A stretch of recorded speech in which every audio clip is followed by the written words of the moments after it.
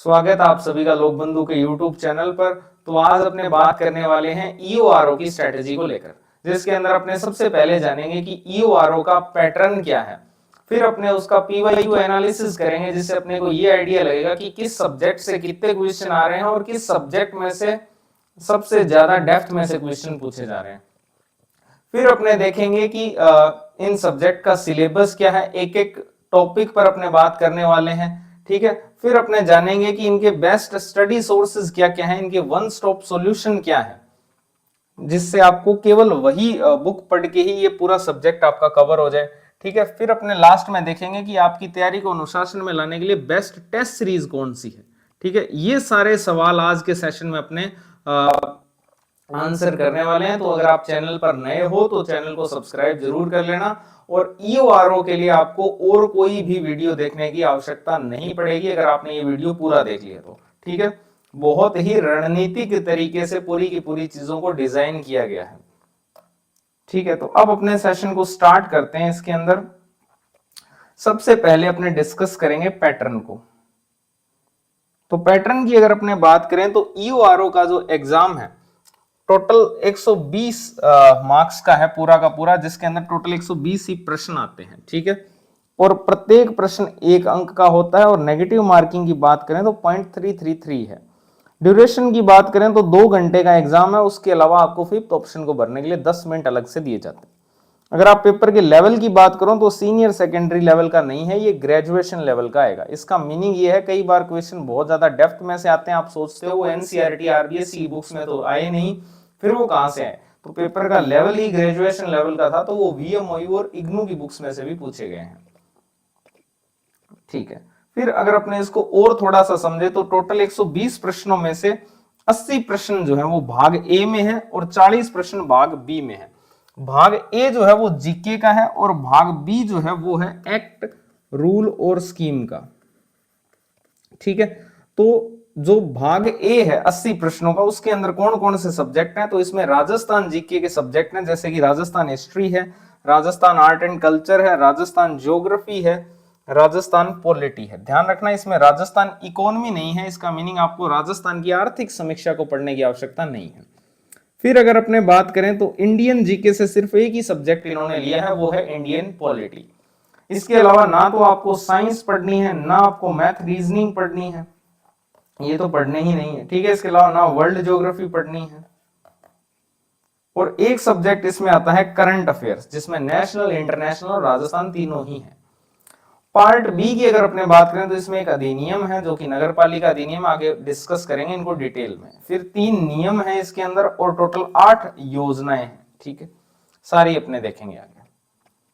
ये इसका पैटर्न है। इसके बाद अगर अपने PYQ एनालिसिस करें, जो कि EORO का री एग्जाम हुआ था 2025 में, अगर उसको एनालाइज करें अपने, तो इसमें राजस्थान हिस्ट्री जो है वहां से टोटल 11 क्वेश्चन आए थे, जिसमें से कि एंशिएंट और मिडिवल वाले पोर्शन में से 6 क्वेश्चन आए थे। ठीक है ना, और मॉडर्न वाला जो पार्ट है राजस्थान हिस्ट्री का, वहां से 5 प्रश्न आए थे। फिर अगर अपने राजस्थान आर्ट एंड कल्चर की बात करें तो यहां से 9 प्रश्न आए थे, जिसमें से जो आर्ट्स वाला सेक्शन है, कलाओं वाला सेक्शन है, वहां से 7 प्रश्न, और कल्चर वाले पोर्शन में से 2 क्वेश्चन आए थे। अब मैं आपको बता देता हूं आर्ट वाला सेक्शन और कौन सी बात कर रहा हूं। देखो, ये प्राचीन और मध्यकालीन इतिहास है राजस्थान का, और आधुनिक इतिहास में आपको बता देता हूं ये आधुनिक है। अगर अपने बात करें राजस्थान की कला संस्कृति की, तो इसमें जो कलाओं वाला पोर्शन है उसमें ये सब आते हैं, और संस्कृति और समाज में ये सब आते हैं। ठीक है, तो यहां से जो प्रश्नों की संख्या थी वो थी 7, और यहां से थी 2। ठीक है, तो टोटल मिला के राजस्थान हिस्ट्री और आर्ट एंड कल्चर के 20 क्वेश्चन आपके देखने को मिले थे। फिर अगर अपने बात करें राजस्थान ज्योग्राफी की, तो यहां से भी 20 प्रश्न आए थे। ठीक है, जिसमें से अगर अपने डिवाइड करें तो फिजिकल ज्योग्राफी में से 8 क्वेश्चन थे, ह्यूमन ज्योग्राफी या मानव जो आपके भूगोल है वहां से 2 प्रश्न थे, आर्थिक भूगोल में से 10 प्रश्न थे। अब इनमें कौन कौन से आते हैं तो वो मैं आपको बता देता हूँ। देखो, भौतिक भूगोल में ये सारी चीजें हैं। मानवीय भूगोल में ये 2 टॉपिक आते हैं, जनसंख्या और जनजातियां। ठीक है ना, बाकी ये टॉपिक भौतिक भूगोल के हैं। फिर आर्थिक भूगोल के अंदर कौन कौन से टॉपिक आते हैं, तो आर्थिक भूगोल के ये टॉपिक हैं सारे के सारे। ठीक है, ये आर्थिक भूगोल के टॉपिक है। तो अगर अपने बात करें तो आर्थिक भूगोल में से 10 प्रश्न थे, भौतिक भूगोल में से 8 प्रश्न थे और यहां से मानव भूगोल में से 2 प्रश्न थे। ये मैंने इसको कैटेगराइज किया है, ठीक है। फिर अगर राजस्थान पॉलिटी की बात करें तो टोटल 8 प्रश्न राजस्थान पॉलिटी से थे और इंडियन पॉलिटी से 9 प्रश्न थे, तो टोटल मिलाकर पॉलिटी के 17 क्वेश्चन थे और इस बार ये 20 भी हो सकते हैं 10-10 के हिसाब से। तो फिर ये 3 प्रश्न कहां ऐड कर दिए गए, तो इन्होंने करंट अफेयर्स के 23 क्वेश्चन पूछ लिए, जिसमें से राजस्थान वाले के 6 क्वेश्चन थे, स्पोर्ट्स में से इन्होंने 5 प्रश्न पूछे थे, ठीक है, और नेशनल और इंटरनेशनल से टोटल 12 प्रश्न पूछे थे। तो ये करंट अफेयर्स का सिनेरियो था। अब सबसे ज्यादा अगर क्वेश्चनों की डेप्थ की बात करें तो राजस्थान हिस्ट्री, आर्ट कल्चर और राजस्थान ज्योग्राफी ये मॉडरेट लेवल के थे, जबकि राजस्थान पॉलिटी और इंडियन पॉलिटी काफी डेप्थ में पूछे गए थे, हार्ड लेवल के क्वेश्चन थे, ठीक है।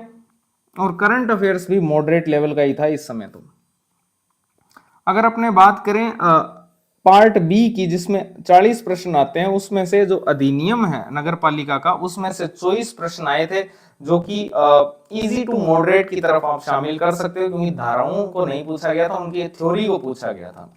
फिर नियम जो है वहां से भी 6 प्रश्न आए थे और योजनाओं में भी सिंपल प्रश्न पूछे गए थे 10।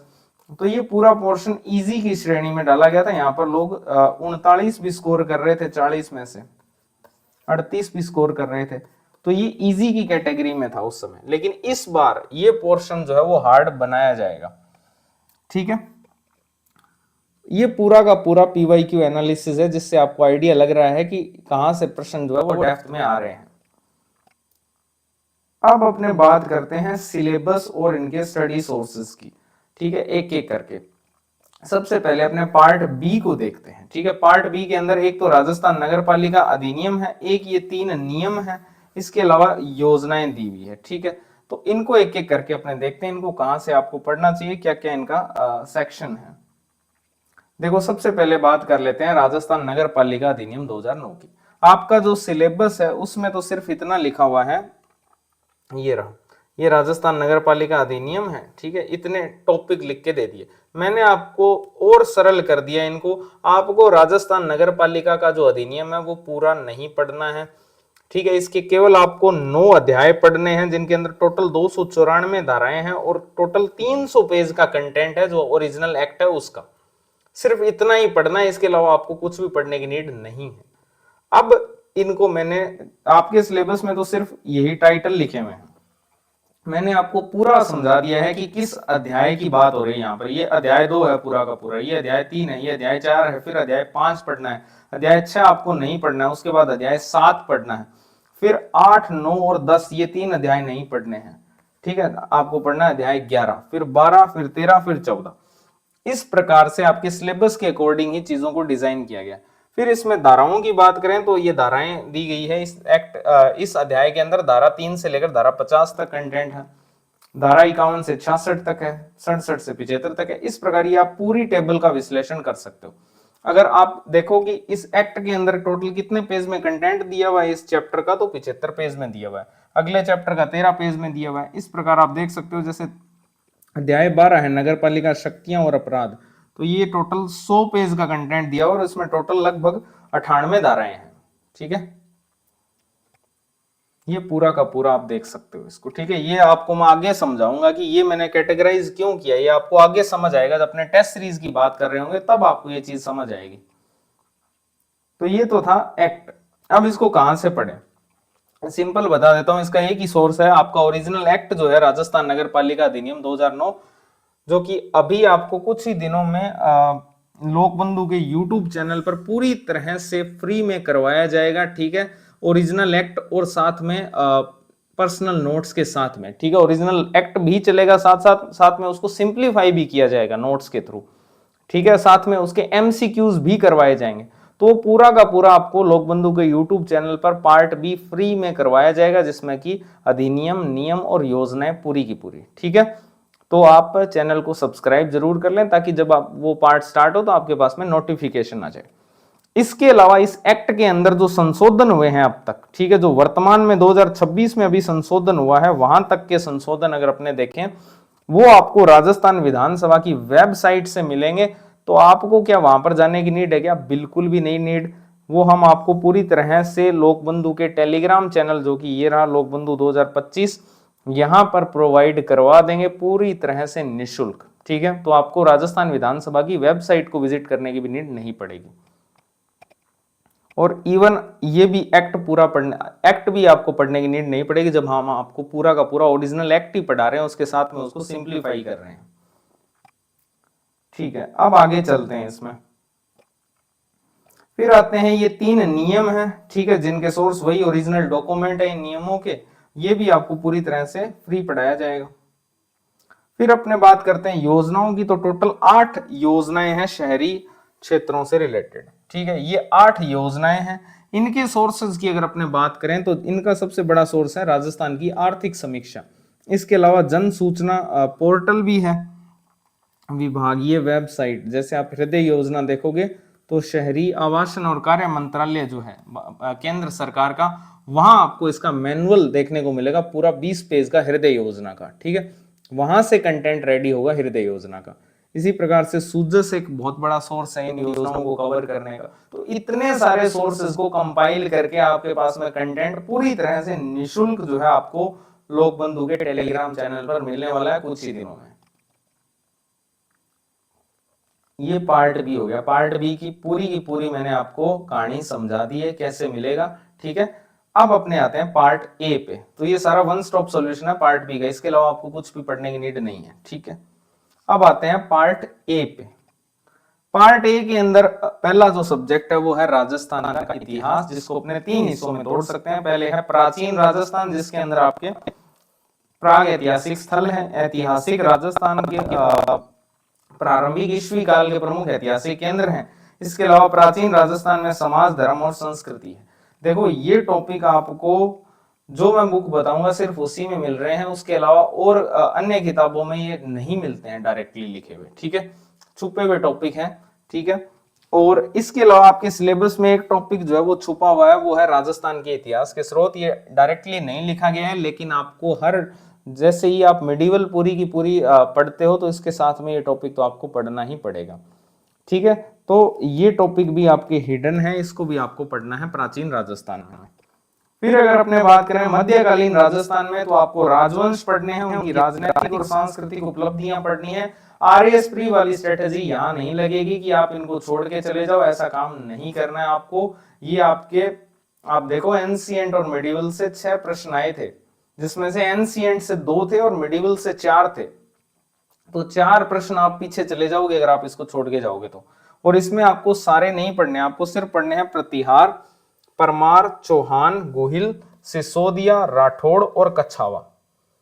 यही राजवंश आपको पढ़ने हैं। आपको जाट राजवंश, भाटी राजवंश, यदुवंशी राजवंश ये सब नहीं पढ़ने हैं। ठीक है, तो एक टॉपिक तो ये पढ़ना है। इसके अलावा मध्यकालीन राजस्थान की प्रशासनिक और राजस्व व्यवस्था पढ़ना है। ये मध्यकालीन राजस्थान है। आधुनिक राजस्थान में आपको देखो ब्रिटिश कालीन व्यवस्था और 1857 का विद्रोह, ये डायरेक्टली आपके सिलेबस में नहीं दिए हुए हैं, लेकिन आधुनिक राजस्थान का उदय लिखा हुआ है, जिसके अंदर ये सबसे पहले यही आते हैं।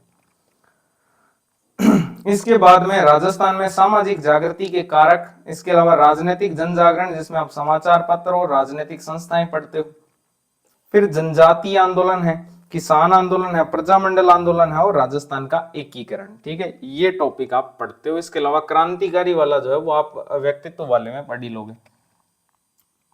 ये राजस्थान हिस्ट्री। अब राजस्थान हिस्ट्री को कहां से कवर करना है, बेस्ट बुक कौन सी है, तो वो मैं जैसे ही कल्चर वाला बताऊंगा तो उसके बाद आपको बताऊंगा। ठीक है, अब आते हैं अपने राजस्थान की आर्ट एंड कल्चर के ऊपर। आर्ट एंड कल्चर को 2 भागों में अपने डिवाइड कर सकते हैं। एक पोर्शन में अपने कलाएं रख सकते हैं, जिसमें पहली आती है वास्तु परंपरा, जिसमें कि मंदिर, किले और महल 3 टॉपिक दिए हुए हैं। दूसरा मानव निर्मित जलीय संरचना, जिसमें कि आप बावड़ियां पढ़ते हो, तालाब पढ़ते हो। ठीक है, ये टॉपिक है। इसके अलावा चित्रकला है, हस्तकला है। ठीक है, ये वास्तु परंपरा है। फिर प्रदर्शन कला में आपके जैसे कि शास्त्रीय संगीत और शास्त्रीय नृत्य है, लोक संगीत है, लोक नृत्य है, लोक वाद्य है, लोक नाट्य है। भाषा और साहित्य के अंदर आप राजस्थानी भाषा की बोलियां पढ़ते हो, राजस्थानी भाषा का साहित्य पढ़ते हो, और लोक साहित्य जो इसी का ही एक सब टॉपिक है, उसको डिटेल में पढ़ना पड़ेगा आपको, क्योंकि अलग से दिया हुआ है। ये हो गई कलाएं। इसके बाद आपके आता है संस्कृति और समाज वाला टॉपिक, जिसमें आप धार्मिक जीवन में पढ़ते हो राजस्थान में संत और संप्रदाय। दूसरा टॉपिक इसमें है राजस्थान के लोक देवी और लोक देवियां, लोक देवी और लोक देवता, सॉरी, ठीक है। इसके बाद राजस्थान में सामाजिक जीवन, जिसके अंदर आप मेले और त्योहार पढ़ते हो, सामाजिक रीति रिवाज और परंपराएं, प्रथाएं, वेशभूषा और आभूषण है। इसके अलावा राजस्थान के प्रमुख व्यक्तित्व तो दोनों ही पढ़ने पड़ेंगे, सांस्कृतिक और ऐतिहासिक, और इसके अलावा पर्यटन स्थल। ये पूरा का पूरा सिलेबस है आर्ट एंड कल्चर का, ठीक है। वो पूरा का पूरा सिलेबस हिस्ट्री का मैंने समझाया। अब इन दोनों सिलेबस को कहां से कवर किया जाए, हिस्ट्री और आर्ट एंड कल्चर को, तो उसका बेस्ट सोर्स मैं आपको बता देता हूं, ठीक है। देखो, इन सब का बेस्ट सोर्स है राजस्थान हिस्ट्री और आर्ट एंड कल्चर। ये दोनों सब्जेक्ट आपको एक ही बुक में से कवर्ड मिल जाएंगे, और वो बुक है पप्पू सिंह प्रजापत जी की राजस्थान का इतिहास, कला एवं संस्कृति, ठीक है। इस बुक से आरपीएससी ने अभी तक जितने भी हार्ड क्वेश्चन बनाए हैं, एक भी इस बुक से बाहर नहीं गया है। आप एग्जांपल के लिए एसआई टेलीकॉम सेक्टर के क्वेश्चन देख सकते हो, और इवन एसआई के सारे क्वेश्चन, ठीक है, जो भी हुए हैं, और इवन जिन एग्जाम्स में और भी राजस्थान हिस्ट्री के क्वेश्चन आए हैं, आर्ट कल्चर के क्वेश्चन आए हैं, इस बुक से कोई भी बाहर नहीं गया है, ठीक है। लेकिन अगर आपके पास, क्योंकि पैनोरमा बहुचर्चित बुक है जो आपके पास में होती ही है, तो अगर आपके पास में पैनोरमा पड़ी हुई है, तब आपको इस बुक को बाई करने की नीड फिर नहीं है। आप पैनोरमा पढ़ के भी काम चला सकते हो। ये 400 रुपए की बुक है, 850 से भी ज्यादा इसमें पेज हैं, लेकिन आपको इसको आपके सिलेबस के अकॉर्डिंग स्ट्रेटेजिकली पढ़ना है, ठीक है। ना आपको पूरे राजवंश पढ़ने हैं, ना आपको मुगल राजपूत प्रतिरोध वाला टॉपिक पढ़ना है, ना आपको एडिशनल टॉपिक्स पढ़ने हैं, आपको आपके सिलेबस के अकॉर्डिंग ही इसको पढ़ना है, ठीक है। और ये इसलिए रेकमेंड की जा रही है क्योंकि आरपीएससी के हार्ड क्वेश्चन भी इस बुक में से बाहर नहीं जा रहे हैं, ठीक है। और ये रियल में वन स्टॉप सॉल्यूशन है। आपको ना तो ये राजस्थान अध्ययन की बुक्स पढ़ने की जरूरत है, ना आपको हिंदी ग्रंथ अकादमी की बुक्स पढ़ने की नीड है। तो ये आपके लिए ईज का काम करेगी। अब आप इतना सारा कंटेंट कैसे कंपाइल कर लोगे, इसलिए इस एक बुक को पढ़ के ही आप ये दोनों सब्जेक्ट जो है वो कवर कर सकते हो, ठीक है। पैनोरमा पढ़ी है तो और अच्छी बात है, ठीक है। आपको इस बुक को खरीदना नहीं पड़ेगा। अगर कोई न्यू स्टूडेंट है तब आपको यही बुक खरीदनी चाहिए, ठीक है। तो ये मैंने आपको दो सब्जेक्ट का बता दिया, राजस्थान हिस्ट्री और राजस्थान आर्ट एंड कल्चर। अब चलते हैं राजस्थान ज्योग्राफी पर। राजस्थान ज्योग्राफी को अपने 3 हिस्सों में तोड़ सकते हैं। पहला हिस्सा इसका आता है भौतिक भूगोल, जिसको अपने फिजिकल ज्योग्राफी बोलते हैं, जिसमें आपके भौतिक प्रदेश आता है, जलवायु आती है, नदियां और झीलें आती है, प्राकृतिक वनस्पति आती है, मृदा और जैव विविधता और इसका संरक्षण आता है, जिसमें आपके वन्य जीव संरक्षण भी शामिल है, ठीक है। ये सारे टॉपिक आपके फिजिकल ज्योग्राफी में शामिल है।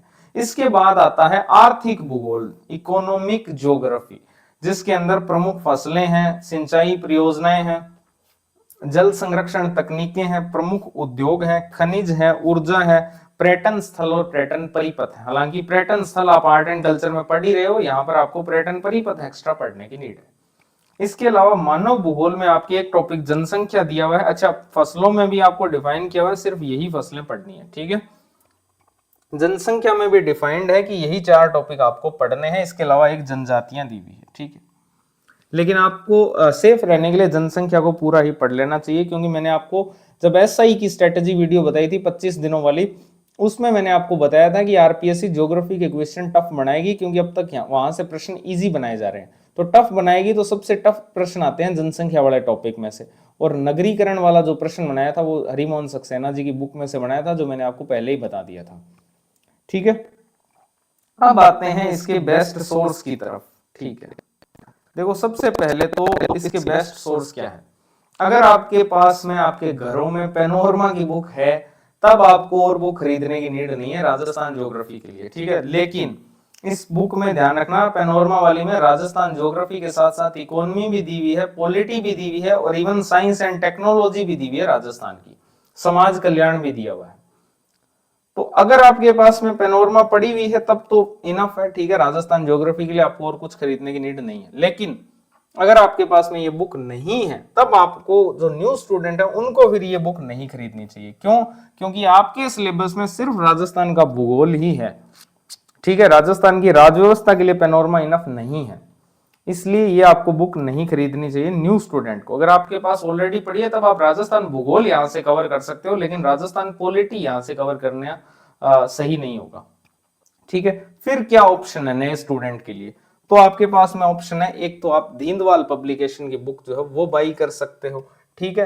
अभी आपने देखा होगा एसआई का जो एग्जाम था उसके अंदर एक मानसून रिपोर्ट से रिलेटेड क्वेश्चन आया था, वो भी इस बुक ने कवर किया है, जो और किसी भी बुक ने नहीं किया था। इसके अलावा अगर अपने बात करें तो राहुल चौधरी जी की बुक जो है उसमें भी राजस्थान ज्योग्राफी का जो कंटेंट है वो काफी डेप्थ में दिया हुआ है, ठीक है। इसके अलावा आप नाथ पब्लिकेशन की बुक अगर आपके पास में है तो भी मोर देन सफिशिएंट है वो बुक, ठीक है। तो ये आप इनमें से कोई भी एक बुक अपने पास में रख सकते हो, ये वन स्टॉप सॉल्यूशन है राजस्थान ज्योग्राफी के लिए। इसके अलावा आपको कुछ एडिशनल चीजें भी कर लेनी चाहिए राजस्थान ज्योग्राफी में। आपके पास में एक रेफरेंस बुक जो है वो तो होनी चाहिए, और वो है हिंदी ग्रंथ अकादमी की डॉक्टर हरिमोहन सक्सेना जी की बुक, ताकि आप जो है वो क्रॉस चेक कर पाओ। इसके अलावा कुछ ऐसे टॉपिक है जो इसमें सबसे ज्यादा डिटेल में दिए हुए, जैसे कि जनसंख्या, वो आपको यहीं से पढ़ना चाहिए। और भी कुछ ऐसे टॉपिक हैं जो आपको यहां से पढ़ना चाहिए, जैसे कि पशुपालन है, ठीक है। तो इन सारे टॉपिक्स के लिए ये बुक जो है वो सबसे बेस्ट है। इसके अलावा आप इसको मेन सोर्स के रूप में नहीं ले सकते कि आप सिर्फ यही पढ़ लोगे तो आपका काम हो जाएगा, नहीं, ये सिर्फ आपकी एक रेफरेंस बुक है, ठीक है। इसके अलावा अगर अपने बात करें तो अभी राजस्थान ज्योग्राफी में विभागीय रिपोर्ट से प्रश्न आने लगे हैं, जैसे कि वन विभाग की रिपोर्ट से पूछ लिया, मानसून रिपोर्ट में से प्रश्न पूछ लिया, खान विभाग की रिपोर्ट में से प्रश्न पूछ लिया। तो क्या ये सब आपको पढ़ने की नीड है, ये विभागीय रिपोर्ट्स? तो मेरा आपको आंसर सिर्फ यही है, एक दो प्रश्नों के लिए आप इतना सारा कंटेंट मत पढ़ो, ये बहुत ज्यादा है। ये दीनदयाल पब्लिकेशन की बुक है, इन सब में आपको इजीली मिल जाएगी, ठीक है, ये रिपोर्ट्स वगैरह, तो आपको पढ़ने की इतनी ज्यादा नीड है नहीं, ठीक है।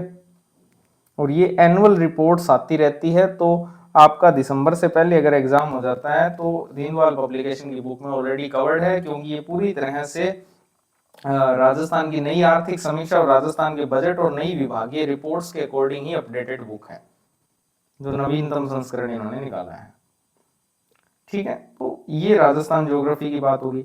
अब अपने बात करते हैं राजस्थान पॉलिटी की, ठीक है। राजस्थान पॉलिटी जहां से प्रश्न काफी डेप्थ में और काफी चैलेंजिंग आते हैं यूआरओ के अंदर, तो उसको अपने चार हिस्सों में बांट सकते हैं। एक में राजस्थान की राजनीतिक व्यवस्था है, जिसमें आप राज्यपाल पढ़ते हो, मुख्यमंत्री और मंत्रिपरिषद पढ़ते हैं, राजस्थान की विधानसभा पढ़ते हैं और उच्च न्यायालय पढ़ते हैं। इसके अलावा राज्य की जो प्रशासनिक व्यवस्था है उसके अंदर जिला प्रशासन है, स्थानीय स्वशासन और पंचायती राज संस्थाएं हैं। इसके अलावा संस्थाओं वाला पोर्शन, जिसमें आपको 5 संस्थाएं पढ़नी है, राजस्थान लोक सेवा आयोग, राज्य मानवाधिकार आयोग, लोकायुक्त, निर्वाचन आयोग और राज्य सूचना आयोग, ठीक है। इसके अलावा एक टॉपिक आपके दिया हुआ लोक नीति और अधिकार, जिसमें लोक नीति है, विधिक अधिकार है, नागरिक अधिकार पत्र है, और विधिक अधिकार में ही एक स्पेसिफाई करके दिया हुआ है राजस्थान लोक सेवा गारंटी अधिनियम 2011, ठीक है। इसके अलावा सुनवाई का एक्ट भी विधिक अधिकार में ही पढ़ा जाएगा, आरटीआई भी इसी में आएगा, ठीक है। लेकिन इसको आपको बहुत डिटेल में पढ़ना है, यहां से प्रश्न तो आना निश्चित है ही। और पिछली बार जो प्रश्न आया था वो काफी ज्यादा डिटेल में, काफी ज्यादा डेप्थ में पूछा गया था, जो ऑलमोस्ट स्टूडेंट से नहीं हुआ था, जबकि अगर आप इस एक्ट को ओरिजिनल एक्ट से पढ़ लेते तो इजीली वो हो जाता, ठीक है। अब आते हैं इसका बेस्ट सोर्स क्या है। सबसे बड़ी चिंता स्टूडेंट के लिए राजस्थान पॉलिटी का बेस्ट सोर्स क्या है। तो देखो भाई, सिंपल सी बात ये है कि मार्केट की ऐसी कोई किताब है ही नहीं जो राजस्थान पॉलिटी का वन स्टॉप सॉल्यूशन आपको प्रोवाइड करवा दे, क्योंकि राजस्थान पॉलिटी के जो सोर्सेज हैं उसमें आती है गवर्नमेंट की ऑफिशियल वेबसाइट्स। ये जितने भी टॉपिक राजस्थान पॉलिटी के दिए हुए हैं इन सब की ऑफिशियल वेबसाइट है। अब क्या है कि जो मार्केट की बुक्स है वो एक दूसरे की, सिंपल सी बात है, कॉपी होती है, ठीक है। हर बुक का कंटेंट सेम ही होता है राजस्थान पॉलिटी की। अब ये जो कंटेंट है ये राजस्थान पॉलिटी का ऑफिशियल वेबसाइट से तैयार होना चाहिए, ठीक है। ये क्या करते हैं, अबाउट अस वाला जो कॉर्नर होता है वहां से कुछ सिंपल डिटेल्स जो है वो ले लेते हैं, उसके अलावा उसमें और बहुत सारे टैब्स होते हैं जहां से कंटेंट जो है वो एग्जाम में पूछा जाता है, ठीक है। एक तो ऑफिशियल वेबसाइट इसका सोर्स है, अबाउट अस कॉर्नर के अलावा बहुत सारी चीजें और भी है, सिंपल, ठीक है। इसके अलावा हिंदी ग्रंथ अकादमी की जो जनक सिंह मीणा जी की बुक है वो आपका एक अच्छा सोर्स है, जिसके अंदर आपको कॉन्स्टिट्यूशनल प्रोविजन के साथ साथ जो एनुअल रिपोर्ट्स होती है वो ऐड करके देते हैं ये, ठीक है। एनुअल रिपोर्ट्स ये ऑफिशियल वेबसाइट्स पे ही होती है। अगर आप ऑफिशियल वेबसाइट पढ़ रहे हो तो ये आपको यहाँ से पढ़ने की नीड भी नहीं होती, ठीक है, यहीं पे दी होती है। ये एग्जैक्ट वही एनुअल रिपोर्ट ही डाल देते हैं इसमें, ठीक है। एक सोर्स ये है ऑथेंटिक में।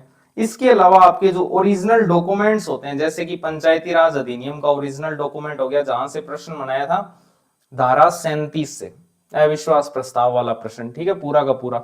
नगर पालिका एक्ट है, इसके अलावा विनियम है, आरटीआई एक्ट है, ये सारे के सारे ओरिजिनल डॉक्यूमेंट है जहां से राजस्थान पॉलिटी पूछी जाती है। अगर आप टेक्स्ट बुक की बात करो तो आरबीएससी की लोक प्रशासन की जो कक्षा 11 और 12 की बुक्स है उसमें राजस्थान पॉलिटी का कंटेंट पूरा दिया हुआ है, ठीक है। तो इतने सारे इसके सोर्स हैं, ठीक है। और मार्केट की कोई भी बुक जो है वो आपके ईओआरओ के लिए राजस्थान पॉलिटी की सही नहीं रहेगी, ठीक है। रेकमेंड करना भी सही नहीं है, जो भी टॉप बुक्स हैं वो भी इसमें खरी नहीं उतर पाएगी, ठीक है। तो इसका सॉल्यूशन क्या है? क्या इतने सारे सोर्सेस को पढ़ें? तो आपको ये सोर्स पढ़ने की बिल्कुल भी नीड नहीं है, क्योंकि आपको इनका कोई विद्वान थोड़ी बनना है राजस्थान पॉलिटी का, ठीक है। आपको ईओआरओ का पेपर क्रैक करना है, ठीक है, जिसमें संभावित 8 से 10 प्रश्न आने। तो सॉल्यूशन बहुत सिंपल है, मैं बताता हूँ। सॉल्यूशन ये है कि मेरे अपने जो बुक के लिए कंटेंट तैयार किया हुआ है मैंने, ठीक है, जो कि बुक फॉर्म में आने वाला है राजस्थान पॉलिटी का, वो मैं आपको फ्री दे रहा हूं, ठीक है। वो मैं आपको पूरी तरह से पीडीएफ फॉर्मेट में फ्री प्रोवाइड करवा दूंगा, ठीक है ना, जो कि पूरी तरह से ऑफिशियल वेबसाइट, ये जो ऊपर सोर्स लिखे हुए हैं इन सब में से, ठीक है, इन सब में से ही रेडी, इन सब का एक टाइप से कंपाइलेशन है वो, ठीक है। और अगर आपको उसका डेमो देखना है, ठीक है, तो आप यहां से देख सकते हो टेलीग्राम चैनल, ये रहा लोक बंधु 2025, आप देखना राज्यपाल टॉपिक, ठीक है, उसके नोट्स पड़े हुए हैं। महिला आयोग, जो राज्य महिला आयोग है उसके नोट्स हैं, महाधिवक्ता के नोट्स हैं। आप ये देखना, आपको ये समझ आ जाएगा कि मार्केट की और किताबों से ये अलग क्यों है, ठीक है। हर किताब में आपको महाधिवक्ता के सेम चीजें देखने को मिलेगी, लेकिन अपने वाले जो नोट्स हैं उसमें आप जाके देखना, आपको एडिशनल चीजें बहुत सारी मिलेगी जो कि महाधिवक्ता की साइट पे दी हुई थी। बेसिकली महिला आयोग है तो उस एक्ट में से पूरा का पूरा जो कंटेंट है वो तैयार किया गया है, विनियम में से तैयार किया गया है, महिला आयोग की साइट में से तैयार किया गया है। राज्यपाल आप देखना, राज्यपाल की साइट में से रेडी किया गया है। इंडियन कॉन्स्टिट्यूशन के जो बेयर एक्ट है उसमें से आर्टिकल, सब आर्टिकल्स को यूज करके, और विधानसभा की साइट यूज की गई है राज्यपाल टॉपिक के लिए। तो इस प्रकार सारे के सारे टॉपिक जो हैं वो इन्हीं ऑथेंटिक सोर्सेज में से रेडी किए गए, इनका कंपाइलेशन है। तो वो एक्चुअल में आप उनको वन स्टॉप सॉल्यूशन बोल सकते हो, ठीक है। हाँ, अगर ऐसे प्रश्न आ गए कि आरपीएससी ने कितने ऑनलाइन एग्जाम करवाए हैं, तो उनका फिर कोई इलाज नहीं है, ठीक है, उनका फिर कोई इलाज नहीं है। लेकिन जो एग्जाम ओरिएंटेड चीजें होती है, जो सही है पूछे जाने लायक, वो आपको सारी की सारी वहां पे मिल जाएगी, ठीक है। तो ये राजस्थान पॉलिटी वाली समस्या हल भी एक साथ नहीं मिलेंगे, एक एक करके आपके पास में आते रहेंगे, क्योंकि मैं आपको फॉर्मेट करके प्रोवाइड करवाऊंगा उसको पूरा का पूरा, ताकि आपके प्रिंटिंग के जो पैसे हैं वो कम लगे।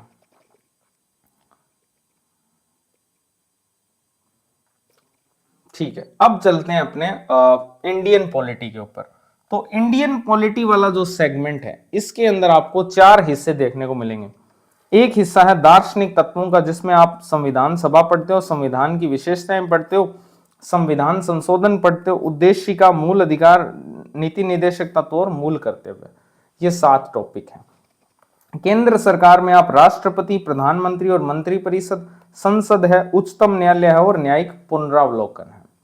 बेसिकली आरएस प्री का ही सिलेबस है, ओल्ड वाला। संस्थाओं की बात करें तो टोटल 7 संस्थाएं आपको पढ़नी है। भारतीय निर्वाचन आयोग, कैग जो कि नियंत्रक और महालेखा परीक्षक है, नीति आयोग, केंद्रीय सतर्कता आयोग, लोकपाल, केंद्रीय सूचना आयोग और राष्ट्रीय मानवाधिकार आयोग। ये 7 संस्थाएं आपके सिलेबस में लिखी हुई है। राजनीतिक गत्यात्मकताओं वाले पोर्शन में आपको संघवाद पढ़ना है, भारत में लोकतांत्रिक राजनीति को पढ़ना है, गठबंधन सरकारें पढ़नी है और राष्ट्रीय एकीकरण को पढ़ना है, ठीक है। ये सारे के सारे आपके इंडियन पॉलिटी में दिए हुए टॉपिक हैं, और इनको करने का सबसे बेस्ट सोर्स क्या है तो मैं आपको सिंपल बता देता हूं। इनको करने का सबसे बेस्ट सोर्स वही है जो आप सोच रहे हो, एम लक्ष्मीकांत, ठीक है। एम लक्ष्मीकांत जो है, इनको करने का सबसे बेस्ट सोर्स है। इसके अलावा कुछ ऐसे टॉपिक हैं जो आपको एनसीईआरटी से कवर करने चाहिए। अगर आपने एम लक्ष्मीकांत अच्छे से पढ़ रखी है, आप चाहते हो कुछ एडिशनल सोर्स, तो आप यहां से पढ़ सकते हो। ठीक है, एनसीईआरटी कक्षा 11 और 12 की पॉलिटिकल साइंस की, ये आप पढ़ सकते हो। ठीक है, तो अब जैसे ये लोकतांत्रिक राजनीति वाला है, ये आपको एनसीईआरटी में मिलेगा।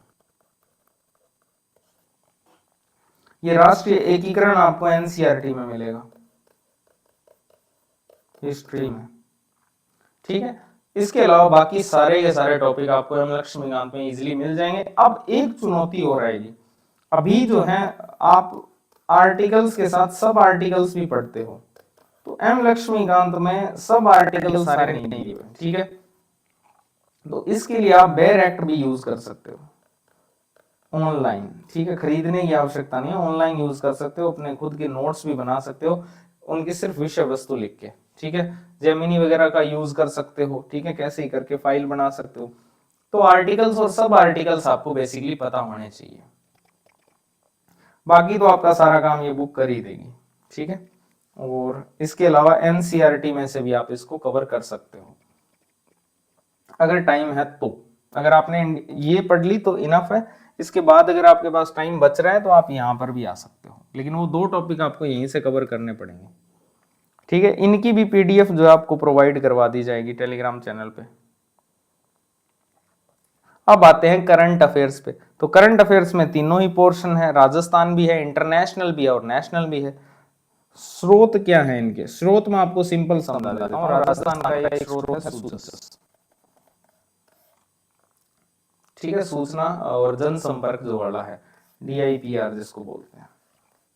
ठीक है, एक तो सूजस है।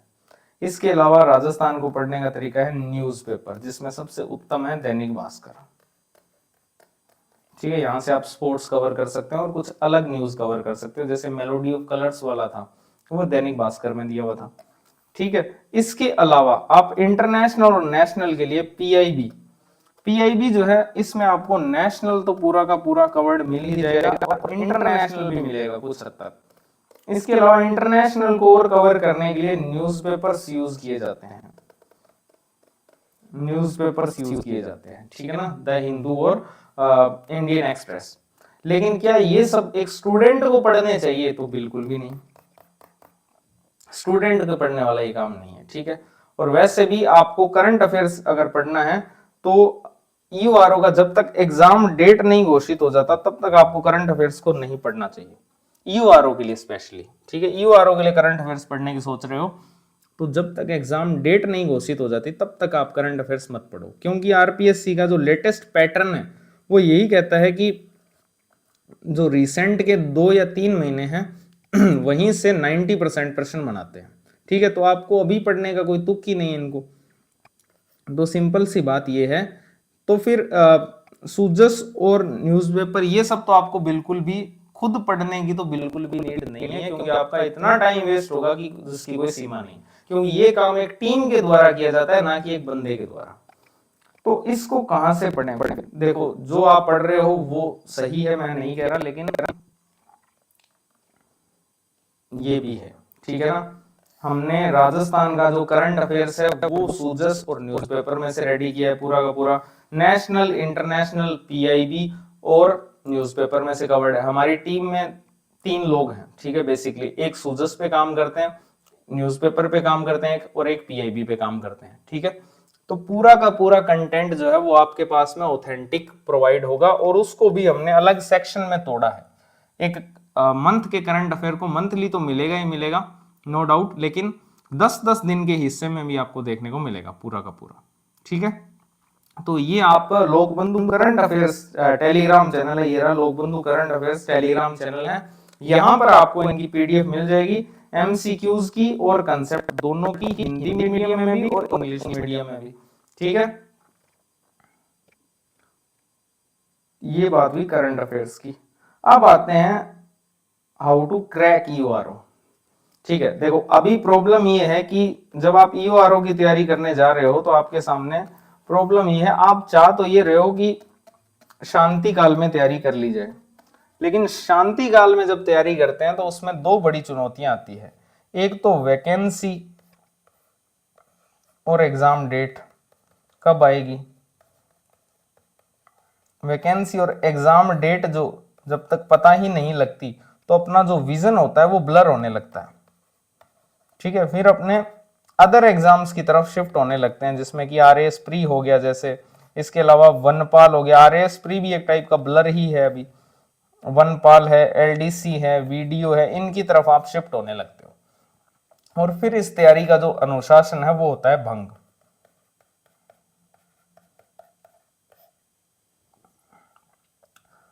तो उसको अनुशासित करने का सबसे सही तरीका क्या है? इसको अनुशासित करने का सबसे सही तरीका है टेस्ट सीरीज।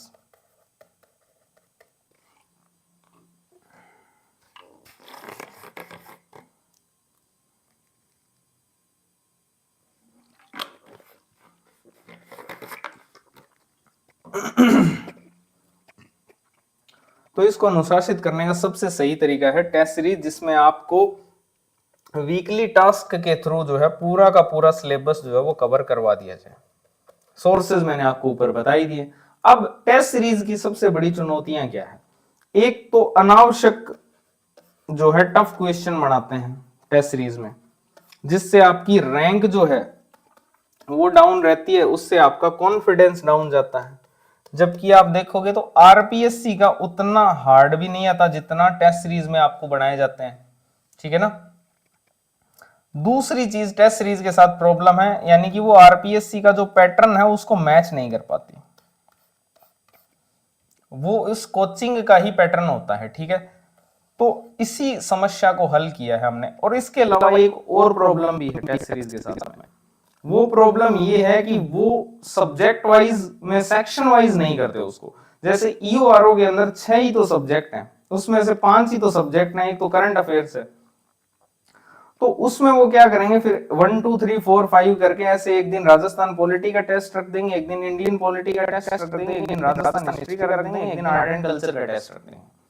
उसको सेक्शनल नहीं करते, ठीक है ना। तो इस प्रॉब्लम को हमने पूरी तरह से सॉल्व किया है और आपके लिए हम लेकर आए हैं ईओआरओ की टेस्ट सीरीज, जो कि स्टार्ट हो रही है 3 मई से। अरे यार ये कौन सी निकल गई, एक सेकेंड।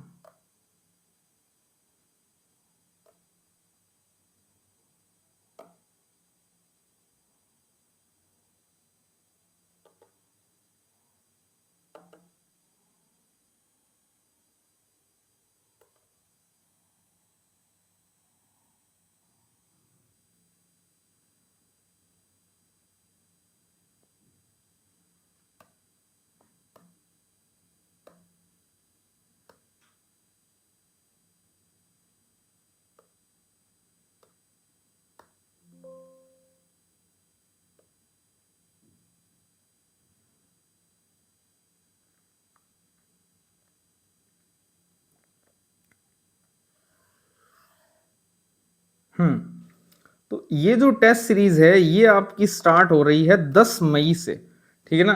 ये टेस्ट सीरीज जो है वो आपकी 10 मई से स्टार्ट हो रही है और इसके अंदर आपको पार्ट ए और पार्ट बी दोनों पैरेलल करवाए जाएंगे, जिसके अंदर पार्ट ए के अंदर आपको 80 क्वेश्चन पूछे जाएंगे, पार्ट बी में 40 क्वेश्चन पूछे जाएंगे।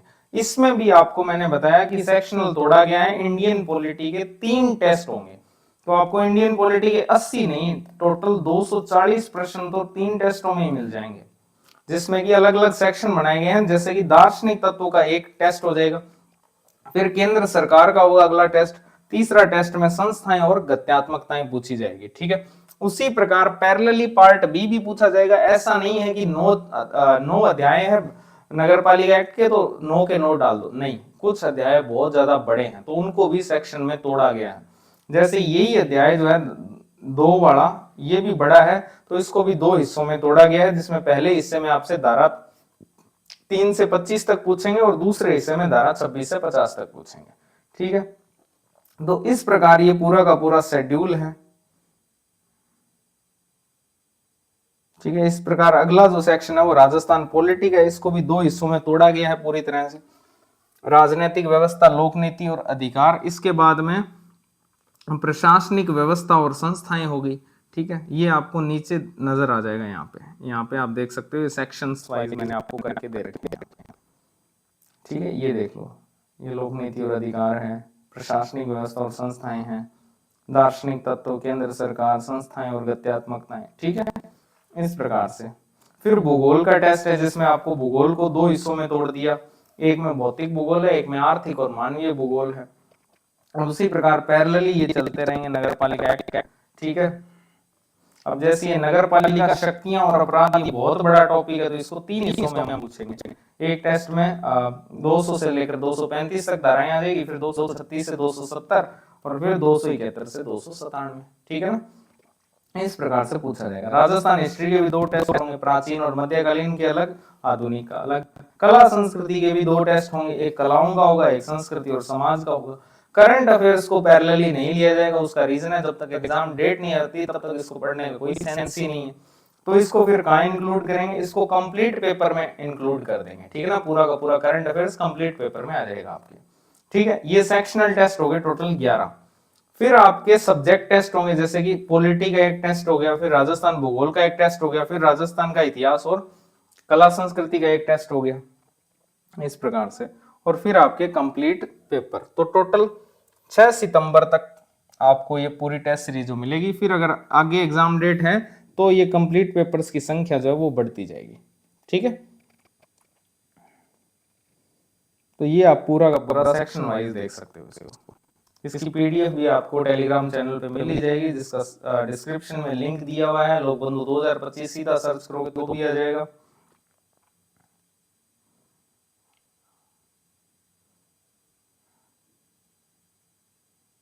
ठीक है, अब कुछ फीचर्स बता देता हूं टेस्ट सीरीज के। पूरी की पूरी जो टेस्ट सीरीज है वो मूल स्रोतों से ही तैयार की गई, जिसमें कि आरबीएससी की बुक्स को यूज किया गया है। ठीक है ना, हिंदी ग्रंथ अकादमी की बुक्स यूज की गई है, गवर्नमेंट की वेबसाइट यूज की गई जो मैंने आपको बता ही दिया, इंडियन पॉलिटी और राजस्थान पॉलिटी के अंदर है। ओरिजिनल डॉक्यूमेंट्स यूज किए गए हैं। ठीक है ना, जो कि आप पार्ट बी के अंदर देख सकते हो, राजस्थान पॉलिटी में देख सकते हो। ठीक है, राजस्थान ज्योग्राफी में जो विभागीय रिपोर्ट्स के प्रश्न बनाए गए वो ओरिजिनल डॉक्यूमेंट से हैं। इसके अलावा हमने करंट अफेयर्स जो आगे डालेंगे वो इनमें से रेडी है ही पूरा का पूरा। तो पूरी तरह से ये मूल स्रोतों से तैयार की गई है। टोटल इसमें 2070 प्रश्न आपको देखने को मिलेंगे। ठीक है, 11 सेक्शनल टेस्ट है, 3 सब्जेक्ट टेस्ट हैं और 4 इसमें फुल लेंथ टेस्ट के साथ टोटल 18 टेस्ट और 2070 प्रश्न और उनकी विस्तृत व्याख्या। कोशिश हमने यही की है कि ज्यादा से ज्यादा मल्टी स्टेटमेंट क्वेश्चन बनाएं, जिससे कि पूरा का पूरा सिलेबस जो है वो आपका इन्हीं प्रश्नों से ही कवर हो जाए और साथ ही साथ जो है आपको उसकी विस्तृत व्याख्या भी मिल जाए। ठीक है, फिर ये जो टेस्ट सीरीज है ये आरपीएससी का जो लेटेस्ट पैटर्न है उस पर आधारित है। उसका मैं सिंपल सा आपको बता देता हूं कि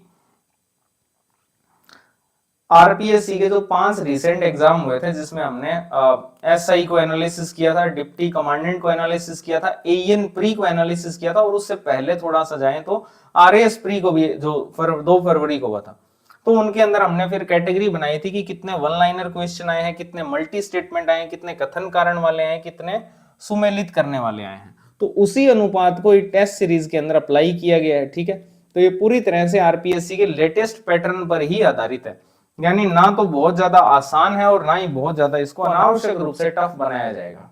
ठीक है, इसके अलावा टेस्ट जो है वो आप ऑनलाइन जो है वो दे सकते हो, जिसमें आपकी रैंक और स्कोर आ जाएगा।